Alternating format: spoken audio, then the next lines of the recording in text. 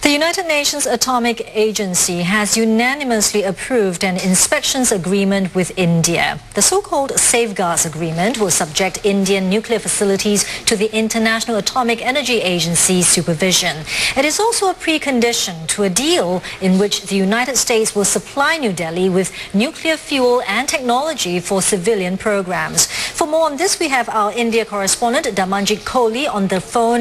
Now, Damanjit, New Delhi has conducted nuclear tests without joining the Global Non-Proliferation Treaty. So what safeguards does the accord provide to the international community?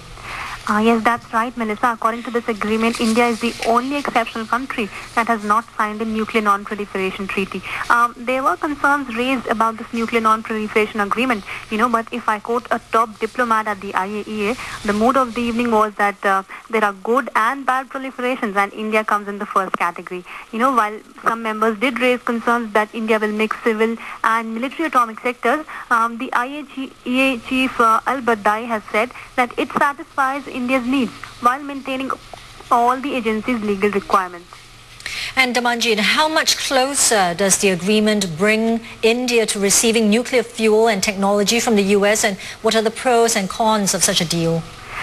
Well, actually, this is a key step towards finalizing the US-India nuclear cooperation deal.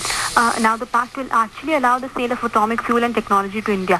And most significantly, it will end a reversal of more than 3 decades of US policy, that will help India meet much of its growing energy demands.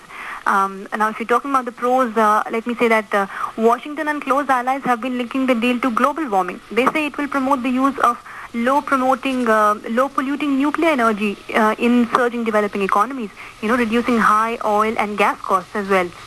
And of course, this deal will be a big boost for the Indian government. You must be knowing the Indian government had to face a trust vote in the parliament over this issue. So this will be a big boost.